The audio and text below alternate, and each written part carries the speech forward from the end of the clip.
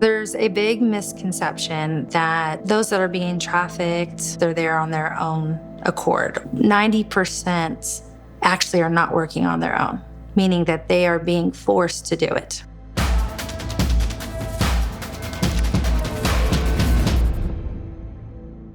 The greatest lie that has kept us from changing the reality of sex trafficking for the longest time has been around choice. Prostitution over here, trafficking over here, you're in one box or you're in the other box. And we draw a line that feels really clean to us down the middle and call it choice.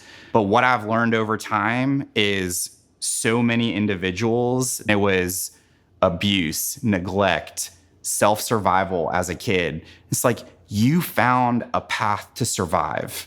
Maybe no one forced you into it, but you weren't given choices in your life. And so choice implies alternative. And if there's not things to choose from, how can we call that an empowered choice? So it's not so clean cut. So many people that we would call being in prostitution or arrest for being in prostitution, you can probably ask them 3 questions and suddenly you're going to see them as a victim of, if not trafficking, of previous abuse, again, or neglect, or of poverty, or fill in the blanks. I think it's important for people to understand that there's a neurobiology to trauma.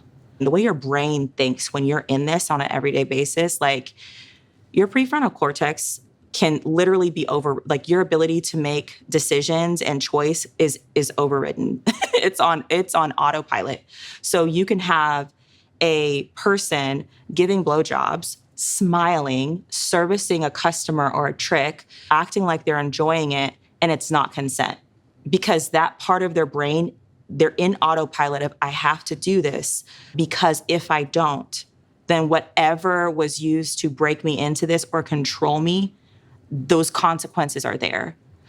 I think it's really important to understand like the neurobiology of trauma, as well as other various reasons as to why a survivor may not run or escape, sex trafficking.